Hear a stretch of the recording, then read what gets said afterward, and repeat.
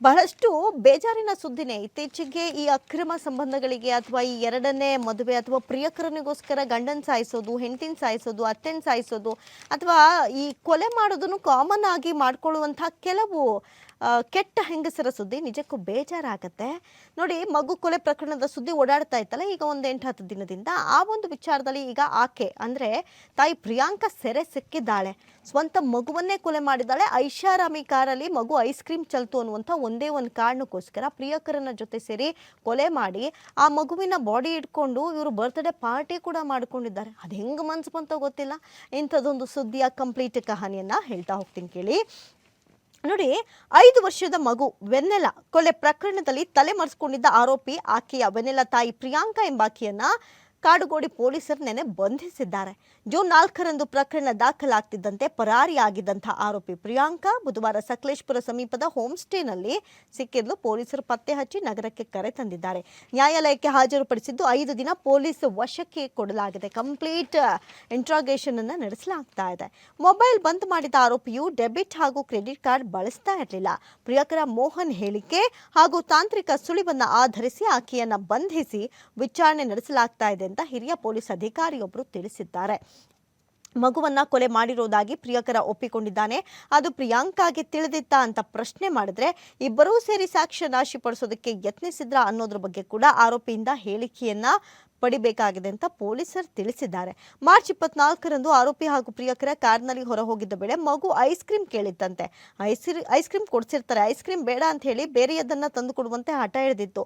ಆಗ ಆರೋಪಿಯು ಕೋಪಗೊಂಡು ಮಗುವಿನ ಹೊಟ್ಟೆಗೆ ಹೊಡೆದಿದ್ದ. ಅಂದ್ರೆ ಮೊಣಕೈಯಿಂದ ಮಗುವಿನ ಹೊಟ್ಟೆಗೆ ಜೋರಾಗಿ ತಿವಿದಿದ್ದ. ಇದರಿಂದ ಭಾರಿನೇ ನೋವು ತಾಳಲಾರದೆ ಮಗು ಅಳ್ತಾ ಇತ್ತು. ಮಗು ಅಳುವಂತ ಸಂದರ್ಭದಲ್ಲಿ ಇವರು ಉಸಿರು ಗಟ್ಟಿಸಿ ಕೊಲೆ ಮಾಡಿ ಕಾರ್ನ ಹಿಂಭಾಗದ ಸೀಟ್ನಲ್ಲಿ ಮಲಗಿಸಿದ್ರಂತೆ. ಅದನ್ನ ಅವರೇ ಬಾಯ್ ಬಿಟ್ಟಿದ್ದಾರೆ. ನಿಜಕ್ಕೂ ಭಯ ಆಗುತ್ತೆ, ಜೊತೆಗೆ ಶಾಕಿಂಗ್ ಕೂಡ ಹೌದು. ಇಂಥ ಪ್ರಪಂಚದಲ್ಲಿ ಈಗಾಗಲೇ ಮಕ್ಕಳಿಗೋಸ್ಕರನೇ ಅದೆಷ್ಟೋ ತಾಯಂದ್ರು ಸೂಸೈಡ್ ಮಾಡ್ಕೊಳ್ಳೋದನ್ನ ನಾವು ನೋಡಿದ್ದೀವಿ. ಅದರಲ್ಲೂ ಒಂದು ಸುದ್ದಿ ಭಾರಿ ಎಲ್ಲರನ್ನ ಕಾಡಿತ್ತು. ಈಗ ಒಂದು 2-3 ವರ್ಷದ ಗ್ಯಾಪಲ್ಲಿ ಮಗನಿಗೆ ತಾನು ಸತ್ತರೆ LIC ದುಡ್ಡು ಹೋಗುತ್ತೆ ಅಥವಾ ನಾನೇನಾದ್ರು ಸತ್ತರೆ ಮಗನಿಗೊಂದಷ್ಟು ದುಡ್ಡು ಬರುತ್ತೆ ಅಂತ ಹೇಳಿ ಚಲಿಸ್ತಾ ಇದ್ದಂಥ ಬಸ್ಗೆ ತಾಯಿ ಒಬ್ಬರು ಹೋಗಿ ಗುದ್ಕೊಂಡು ಸತ್ತೋಗ್ಬಿಟ್ರು ಮಗನಿಗೋಸ್ಕರ. ಇಂಥ ಹಲವಾರು ತಾಯಿಗಳ ಉದಾಹರಣೆಯನ್ನು ನಾವು ನಿತ್ಯ ಜೀವನದಲ್ಲಿ ನೋಡ್ತಾ ಇರ್ತೀವಿ. ಆದರೆ ಇಲ್ಲಿ ನೋಡಿ, ಪ್ರಿಯಕರನಿಗೋಸ್ಕರ ಸ್ವಂತ ಮಕ್ಕಳನ್ನೇ ಸಾಯಿಸಿ ಆ ನಂತರದಲ್ಲಿ ಮಗುವಿನ ಶವವನ್ನು ಹಿಂದೆ ಡಿಕ್ಕಿಯಲ್ಲಿ ಇಟ್ಕೊಂಡು ಊರೆಲ್ಲ ಪ್ರಿಯಕರನ ಜೊತೆಲಿ ಸುತ್ತುವಂಥ ತಾಯಿನೂ ಇರ್ತಾರೆ ಅಂದರೆ ನಿಜಕ್ಕೂ ಎಂಥ ಸಮಾಜದಲ್ಲಿ ನಾವು ಬದುಕ್ತಾ ಇದ್ದೀವಿ ಅಂತ ಭಯ ಹುಟ್ಟಿಸುತ್ತೆ. ಮಾರನೇ ದಿನ ಮಗು ಮೃತಪಟ್ಟಿರುವ ವಿಚಾರ ಗೊತ್ತಾಗ್ತಿದ್ದಂಗೆ ಪೊಲೀಸ್ ವಿಚಾರಣೆ ವೇಳೆ ಆರೋಪಿಗಳಿಬ್ಬರು ನೀಡಿದ ಹೇಳಿಕೆ ಅನುಮಾನ ಮೂಡಿಸಿತ್ತು. ಉಸಿರುಗಟ್ಟಿ ಮಗು ಸಾವನ್ನಪ್ಪಿದೆ ಅಂತ ವೈದ್ಯರು ವರದಿ ನೀಡಿದ್ರು. ಪೊಲೀಸರು ಕ್ರಮ ಕೈಗೊಂಡಿರಲಿಲ್ಲ. ನೋಡಿ, ಇದಾದ್ಮೇಲೂ ಕೂಡ ಪೊಲೀಸರ ನಿರ್ಲಕ್ಷ್ಯ ಕೂಡ ಇಲ್ಲಿ ಎದ್ದು ಕಾಣಿಸುತ್ತೆ. ಇಲ್ಲಿ ಬರೀ ಅವ್ರು ಮಾತ್ರ ತಪ್ಪಲ್ಲ. 5 ವರ್ಷದ ಮಗು ಉಸಿರು ಕಟ್ಟಿ ಸತ್ತೋಗುತ್ತೆ ಅಂದರೆ ಏನರ್ಥ ಆಯಿತು? ಇತ್ತೀಚೆಗೆ ಒಂದಷ್ಟು ಸುದ್ದಿಗಳು ಬರುತ್ತೆ. ಈ ದಾಸವಾಳ ಒಂದು ಹೂವು ನುಂಗಿ ಮಗು ಸತ್ತೋಯ್ತು ಅಥವಾ ಕಾಯಿನ್ ನುಂಗಿ ಸತ್ತೋಯ್ತು, ಇಂಥ ಹಲವಾರು ಸುದ್ದಿಗಳಿದೆ. ಆದರೆ 5 ವರ್ಷದ ಮಗು ಉಸಿರುಗಟ್ಟಿ ಹೆಂಗೆ ಸಾಯಿತು?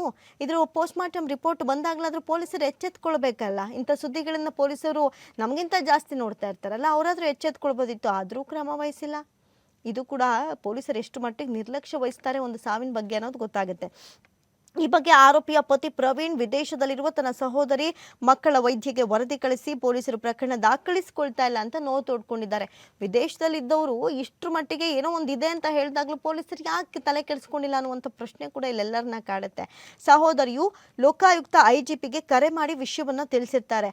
ಅದಕ್ಕೆ ಪೂರಕವಾಗಿ ಪ್ರವೀಣ್ ಅವರು ಲೋಕಾಯುಕ್ತಕ್ಕೆ ದೂರು ಕೂಡ ಕೊಟ್ಟಿರ್ತಾರೆ, ಲಿಖಿತ ರೂಪದಲ್ಲೂ ಕೂಡ ಕೊಟ್ಟಿರ್ತಾರೆ. ಇನ್ನು ACP ನೇತೃತ್ವದಲ್ಲಿ ತನಿಖೆ ನಡೆಸಿದಾಗ ಈ ಹಿಂದಿನ ಕಾಡುಗೋಡಿ ಇನ್ಸ್ಪೆಕ್ಟರ್ ರಂಗಸ್ವಾಮಿ ಪ್ರಸ್ತುತ ಅವರು ವರ್ಗಾವಣೆಯನ್ನಗೊಂಡಿದ್ದಾರಂತೆ. ಹಾಲಿ PSI ನಿಂಗರಾಜು ಹಾಗೂ ಸುಖೋ ತಂಡವು ತನಿಖೆಯನ್ನು ನಡೆಸದೆ ನಿರ್ಲಕ್ಷ್ಯ ತೋರಿದೆ ಅಂತ ಲೋಕಾಯುಕ್ತ ವರದಿಯಲ್ಲಿ ಉಲ್ಲೇಖಿಸಿರುವುದಾಗಿ ಮೂಲಗಳು ತಿಳಿಸಿವೆ.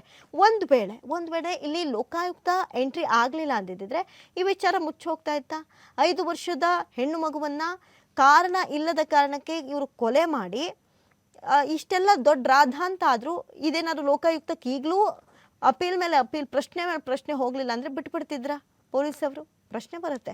ಹಾಗಾಗಿ ಸದ್ಯಕ್ಕೆ ಈ ಎಲ್ಲ ವಿಚಾರ ಬೆಳಕಿಗೆ ಬಂದ ಮೇಲೆ ಮತ್ತೆ ಅದನ್ನ ತನಿಖೆ ಶುರು ಮಾಡಿ ಈಗ ಇವ್ರನ್ನ ಬಂಧಿಸಿದ್ದಾರೆ.